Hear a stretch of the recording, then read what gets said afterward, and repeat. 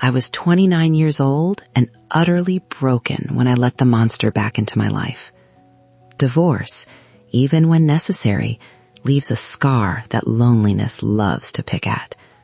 My large, beautiful home in Johannesburg, the one Thabo and I had built together in Sandton, felt like a mausoleum.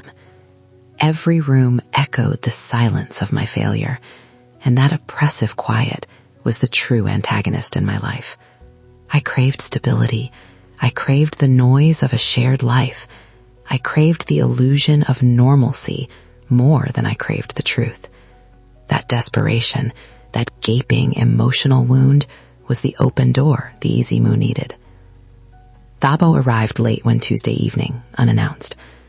I was sitting alone, staring at the television without seeing it, when I heard the familiar sound of his expensive Benz pulling into the driveway. My heart hammered against my ribs. We hadn't spoken properly in 8 months. When I opened the door, I saw a man who looked like Thabo, yet felt fundamentally wrong. He was polished, impeccably dressed, and too calm. The Thabo I knew was volatile, prone to fits of anger, and always slightly chaotic. This Thabo was serene, almost vacant. He stood tall, bathed in the yellow glow of the porch light, and his eyes, God, his eyes, were the first warning sign I instantly dismissed. They were cold, empty, and held an unnerving stillness, like dark pools reflecting nothing. "Naledi," he said, his voice low and rich. "I made a mistake. I want to come home. I want to fix everything." My carefully constructed walls of independence crumbled immediately. This was the stability I had been praying for. This was the end of the loneliness. I felt an overwhelming rush of relief, so potent it almost made me dizzy. I reached out and hugged him, burying my face in his expensive suit. That's when I felt the second warning sign, a deep, profound physical chill that sank into my bones, far colder than the high-veld winter air. It was like embracing a block of ice. "You're freezing, Thabo," I whispered, pulling back slightly. He smiled, a practiced, perfect smile that didn't reach those vacant eyes. "Just a long day of travel, my love. Let me in." I let him inside, instantly dismissing the coldness as my own anxiety manifesting. I was so desperate to believe this was the miracle I needed. I told myself the chill was just the ghost of our dead marriage finally leaving the room. But in the quiet hours that followed, as I watched him move through the familiar spaces of our home, I couldn't shake the feeling that I hadn't welcomed my husband back. I had welcomed a polished, expensive shell, and whatever inhabited it was observing me with unnerving patience. I invited him to stay the night, sealing my fate, and ignoring the terrifying whisper inside me, "This is not Thabo." The next few weeks were a confusing blend of paradise and paranoia. Thabo delivered on his promise of stability with terrifying efficiency. He paid off debts I didn't even know he knew about, bought me a new Range Rover, and started fixing every broken thing in the house, from the leaky faucet to the emotional cracks in my heart. He was attentive, generous, and entirely devoted to restoring the marital facade. This immediate restoration of financial security was the specific temptation that fully blinded me. How could I question a miracle? Yet the warning signs accumulated, small, sharp pebbles underfoot. He never slept beside me. He always claimed he had developed a severe insomnia and preferred the guest room, saying he didn't want to disturb my rest. But sometimes I would wake up and find him standing motionless in the doorway of our bedroom, staring at the ceiling, or sometimes directly at me. When I asked what he was doing, he would simply say, "Just thinking, Naledi, planning our future." His eyes in the moonlight were like polished obsidian, dead, unblinking. Intimacy was unsettling. When we shared a moment, it was clinical and detached. There was no warmth, no passion, only the coldness I had first felt upon hugging him. It was like being held by a statue. My best friend Zola saw it immediately. She drove from Pretoria to Johannesburg the moment I told her Thabo was back. Zola is sharp, grounded, and has always had a keen spiritual eye. "Naledi, look at me," she demanded, cornering me in the kitchen. "I am happy for you, but I need you to be honest. That is not Thabo." "Don't be ridiculous, Zola. He's changed." "He's matured." Zola's voice dropped to a fierce whisper. "Change is one thing. That coldness is another. There is a vacancy behind his eyes, Naledi. It's like a mask. What are you seeing when you look at him?" I defended him fiercely, convinced Zola was jealous of the sudden, effortless return to my soft life. The thought that she might be right, that this perfect stability was a lie, was too painful to entertain. I needed this too much. "He is my husband, Zola. He came back to me. He is finally giving me the stability I deserve," I insisted, forcing a smile. But the conviction felt hollow.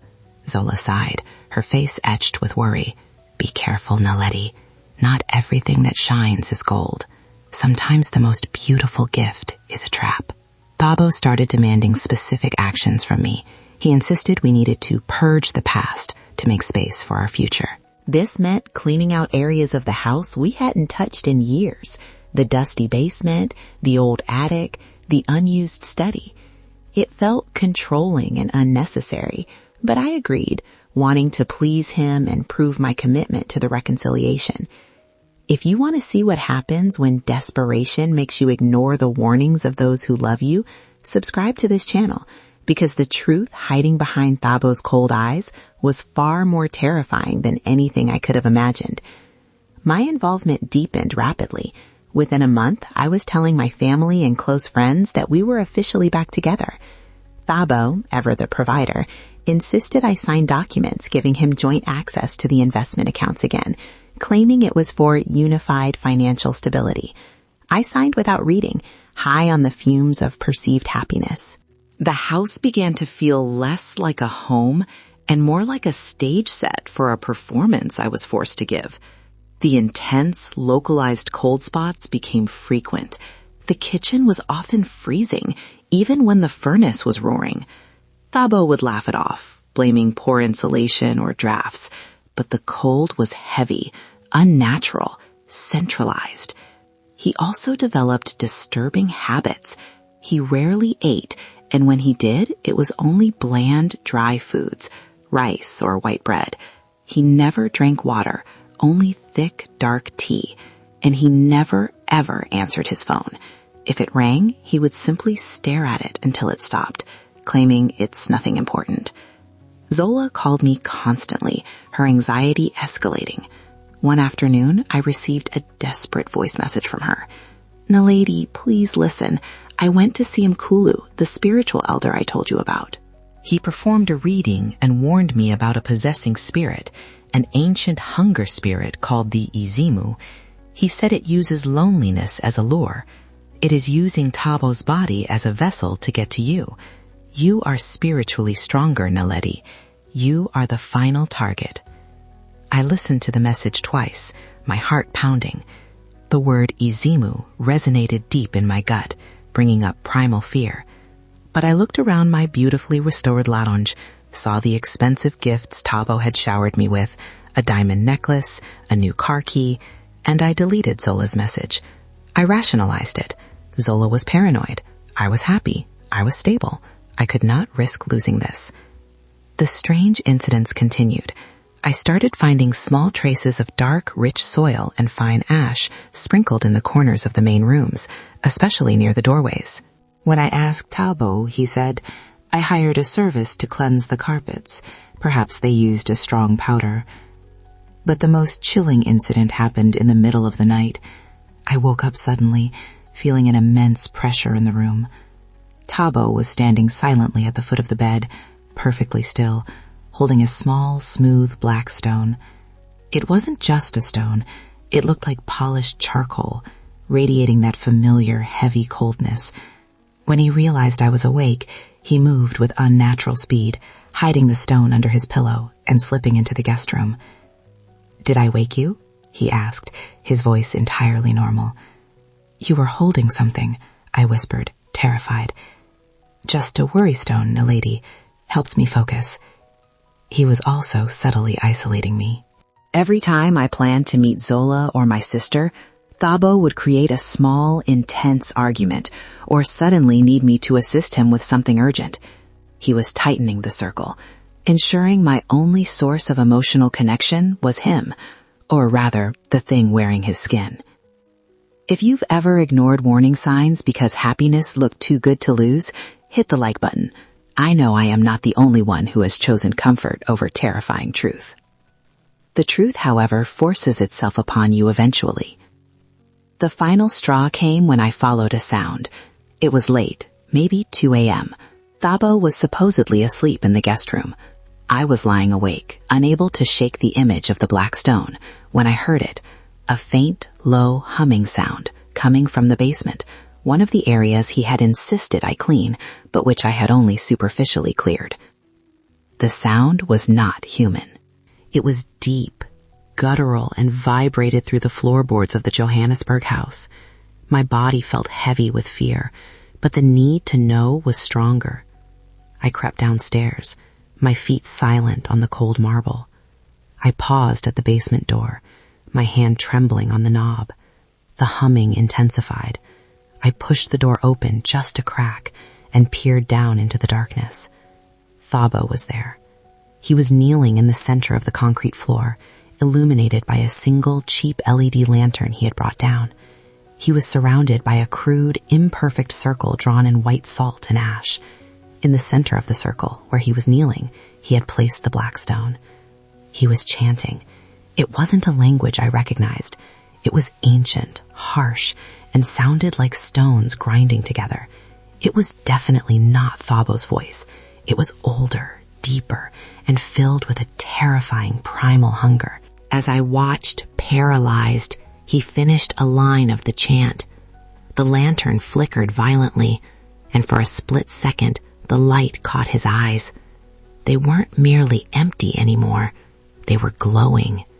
A flash of malevolent yellow and deep burning red emanated from those pupils, like embers in a dark cave.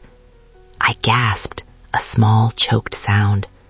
Thabo stopped chanting instantly. His head snapped toward the door with impossible speed. The glow vanished, replaced by the vacant obsidian stare. He didn't move, just stared directly at the crack where I was hiding. I scrambled back up the stairs, silent as a ghost, rushed back to the master bedroom, and locked the door. I was shaking so violently I couldn't breathe. I lay there until dawn, clutching the sheets, realizing that the man I had welcomed back was not my ex-husband, but a vessel for something unspeakably evil. The next morning, driven by paralyzing fear, I contacted Zola. I confessed everything: the coldness, the unblinking eyes, the ash, the stone, and the terrifying ritual in the basement. "You were right, Zola," I choked out. "He's possessed. I saw it. I saw the fire in his eyes." Zola remained unnervingly calm. I knew it. The Izimu is not quick nullity. It is patient. It needs to weaken the host, and you were the prize. You must find out what that dark work is. Mkulu said there must be a text, a ritual book, something Thabo used to invite it in. I knew where to look. Thabo had an old mahogany study filled with books that he hadn't let anyone touch since the divorce. Comment where you're watching from and tell us, if you saw your ex-husband doing a ritual in the basement, would you run or stay to investigate? That afternoon, Thabo claimed he had to drive to Pretoria for a sudden meeting, a perfect opportunity. My hands were slick with sweat as I entered his old study. The air in there was heavy, stagnant, and faintly smelled of burnt incense. I started searching methodically, guided by Zola's urgency. I checked the bookshelves, finding nothing but old law texts.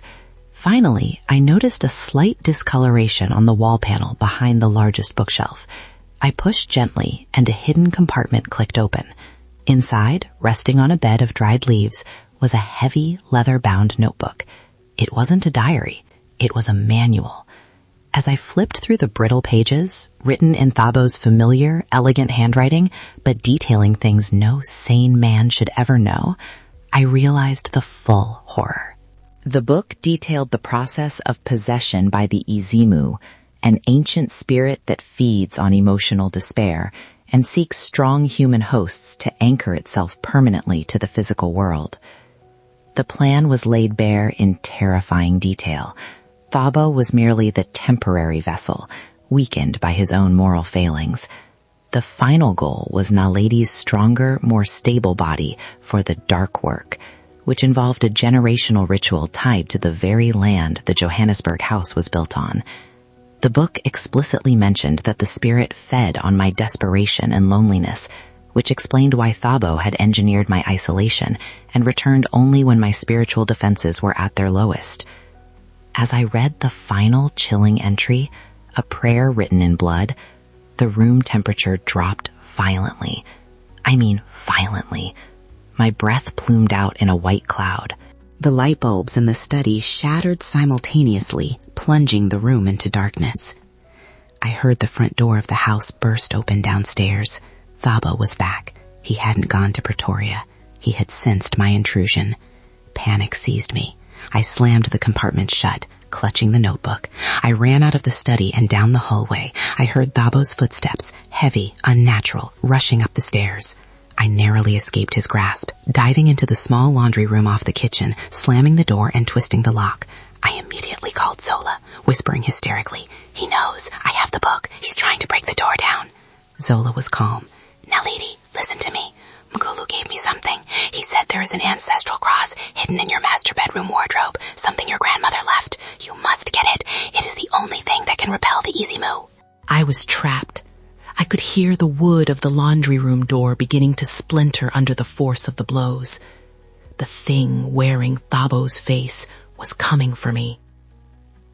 If you want early access to stories like this and exclusive behind-the-scenes content that reveals the history of these African spirits, become a channel member. We have so much more to share with you. The laundry room door finally splintered. I didn't wait to see the Izimu's face. I kicked open the small window, climbed out, and ran around the back of the house toward the master bedroom window, which I knew was often left slightly ajar. I scrambled inside the bedroom, my heart a frantic drum against my ribs. The room was deathly cold. I rushed to the wardrobe, tearing through clothes until my fingers closed around the familiar, smooth wood of the ancestral cross, a powerful spiritual object my grandmother had insisted I keep. I turned just as Thabo entered the room. But it wasn't Thabo. The Izimu had dropped the facade. Thabo's body was contorted, his limbs twisted at unnatural angles, and his head was tilted back, revealing his throat. The voice that emerged was a terrifying baritone, ancient and triumphant, echoing the guttural chant I'd heard in the basement. "You should have remained weak, Naledi. Your loneliness was so sweet, so inviting. It gave me the perfect cover to anchor myself." Tears streamed down my face as I realized the full, devastating horror. My husband was gone. I was fighting a monster that had engineered my divorce, my despair, and my reconciliation, all to weaken me for this final ritual. "You are not taking me," I screamed, holding the wooden cross up. The Izimu laughed, a chilling, hollow sound. "Your body is perfect, strong, stable. The vessel Thabo provided was temporary, weak. You, Naledi, will complete the dark work and bind me to this land forever." It lunged. I didn't think. I didn't pray conventionally. I unleashed the full force of the incantation Zola had taught me, a powerful declaration of spiritual authority and ancestral protection. "In the name of the ancestors who guard this house, I command you, ancient hunger, leave this place. You have no claim here." I slammed the cross forward, touching the heavy wood directly against Thabo's chest. The effect was instantaneous and violent. The Izimu recoiled as if struck by lightning. Thabo's body arched backward, screaming a sound that was less human and more like the tearing of metal. A violent black vapor seemed to rush from his mouth and eyes. The force of the expulsion threw Thabo's body against the far wall, where he collapsed in a lifeless heap. The coldness in the room vanished, replaced by sudden, suffocating heat. Silence returned, a clean, complete silence, devoid of the oppressive weight that had filled the house for weeks. I stood there, gasping, the cross still clutched in my hand, staring at the motionless, broken body of the man I had once loved. The Izimu was gone, but Thabo was nothing more than an empty, damaged shell. If these stories teach you valuable lessons about spiritual discernment and fighting for your life, please support the channel with a super thanks. Your support ensures we can continue sharing these critical warnings. 3 months later, I am packing up the last of my belongings in the Johannesburg house. It is spiritually cleansed now, blessed by Mkulu himself. The air is light and the silence is peaceful, not oppressive. I look at the empty space where Thabo fell. His fate was tragic but final. His body was found severely damaged after the confrontation, confirming the Izimu had left him. But Thabo, the man, was beyond saving. He died 2 days later without ever regaining consciousness, a victim of the ancient spirit he foolishly invited in. I learned the hardest lesson of my life in that confrontation. Emotional vulnerability and the fear of loneliness can blind spiritual discernment, making one an easy target for malevolent forces. My desperation for stability was the open door the Izimu needed to enter my life and home. I am wiser now, independent and spiritually grounded. True stability doesn't come from a husband or a house, but from the strength within. Never let the fear of loneliness make you blind to the evil that knocks, looking for a place to anchor its dark work. We have another powerful story about a man who met a python shapeshifter in Accra coming your way. Subscribe so you don't miss it. Thank you for watching. Where are you watching from?